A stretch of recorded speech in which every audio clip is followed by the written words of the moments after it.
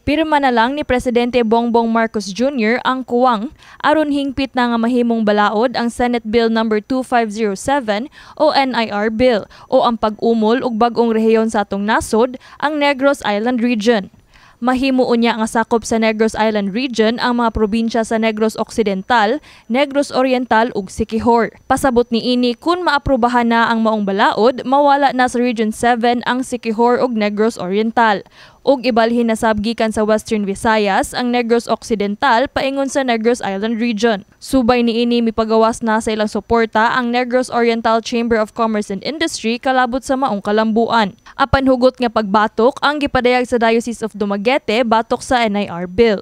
Saysay sa mga kaparian nga walay nahitabong konsultasyon gikan sa simbahan, lakip na pod sa publiko mahitungod niini. Ingon nga gikonsulta man namo ang akadim na unya na ubang mga akadim, kinsa man ang mga akadim nga ilang gistoryahan, nga doon na may daghang mga akadim didto nga wala gikonsulta niini. Kadto ang mga ordinaryong mananagat, mga farmers, unsa man to sila, dili dayto sila angay nga konsultahon nga in the end ani kami mang tanan ang maapektuhan. Gipahimog atansab ni Attorney Marcelino Maxino nga kuwang paog dugang pagtuon ng NIR o gani duna kini mga kalapasan sa 1987 Constitution. Si President Marcos, mientras tanto, iyang bituhan ang NIR ibalik sang Kongreso aron maistudyuhan, aron there will be public debates, both sides, aron mapahayag bayo ang katawhan.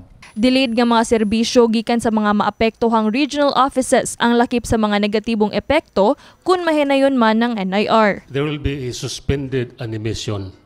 Mukaging ang Negros Oriental o ang Siquijor o ang Negros Occidental. Ngano?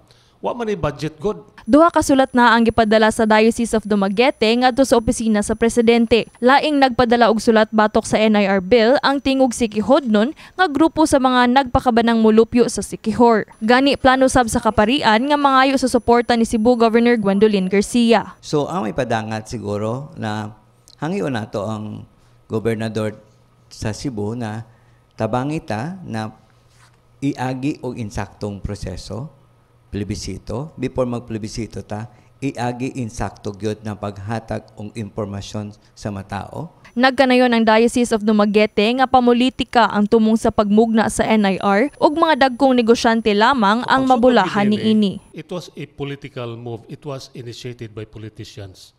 It has never been initiated by the people, the masses, and so on, ang ordinary mga tao. Ang dagko og bulsa mo gyud mabulahan niini, ang dagag panulanan.